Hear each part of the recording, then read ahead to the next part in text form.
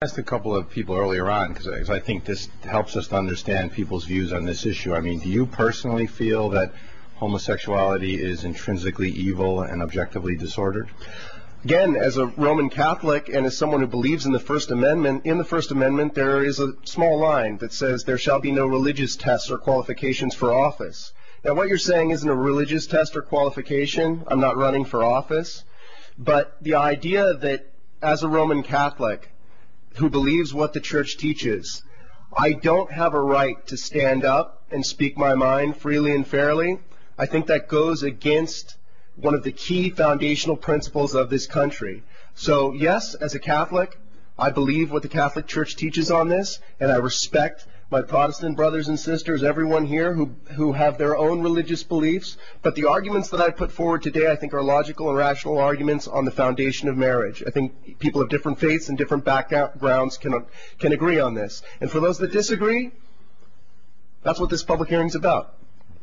Well, I'm glad you said that because I think that seems to be the dividing line. If you believe that about homosexuality, then you're opposed to same-sex marriage, and if you don't, typically you're supportive of at least civil unions and potentially marriage. And I think it's important because I definitely respect everyone's views, but I think it's important to clarify the basis of those views, and I respect you for saying that that's how you feel.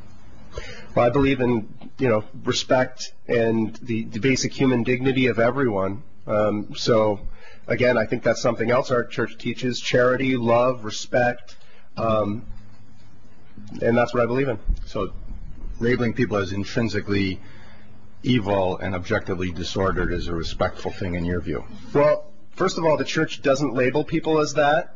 It talks about acts that the church doesn't agree with. That's a very different thing. Okay. So that's a mischaracterization of what the Catholic Church teaches. Okay, so I'll clarify my statement. So you believe that people who love people of the same sex are intrinsically evil and objectively disordered. That's what you feel. Of course I don't.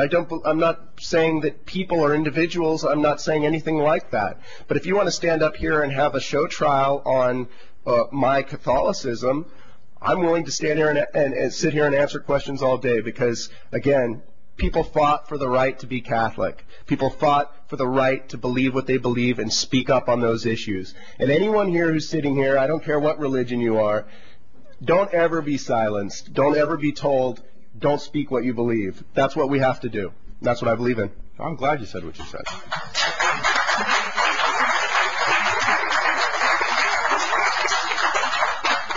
And consistent with that tradition, we have a tradition here that public expressions of support or opposition during our hearings are not permitted in respect for the witnesses, regardless of whatever their views are.